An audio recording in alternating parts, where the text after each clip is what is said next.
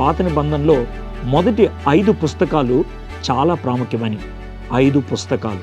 ఈ 5 పుస్తకాలనే గ్రీకు భాషలో పెంటటూక్ అని అంటూ ఉంటారు. మనం క్రైస్తవులంగా దీన్ని ఎందుకు ధ్యానం చేయాలి? యేసుక్రీస్తు ప్రభువారు శిలువ మీదే ఎందుకు చనిపోవాలి? శాపగ్రస్తుడిగా ఎందుకు చనిపోయాడు? అది ఈ 5 పుస్తకాల్లోనే మనకు తెలుస్తూ ఉంటుంది. మొదటి పుస్తకం ఆదికాండం.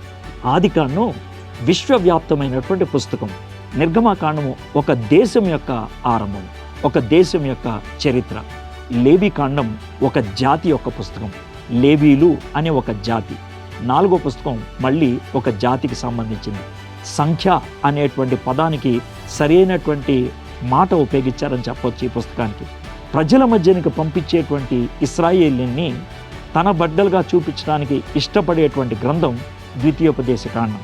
ఈ 5 పుస్తకాల్లో మన దేవుడు ఎవరు, ఆయన చిత్తం ఏంటి, ఆయన పవిత్రుడు కాబట్టి మన నుంచి కోరుకునేది ఏంటి? కొత్త నిబంధనలో యేసు ప్రభుని చక్కగా అర్థం చేసుకోవాలనుకుంటే మొదటి 5 గ్రంథాలు పెంటటూక్ ధ్యానం చేయటం, అర్థం చేసుకోవటం అవసరం.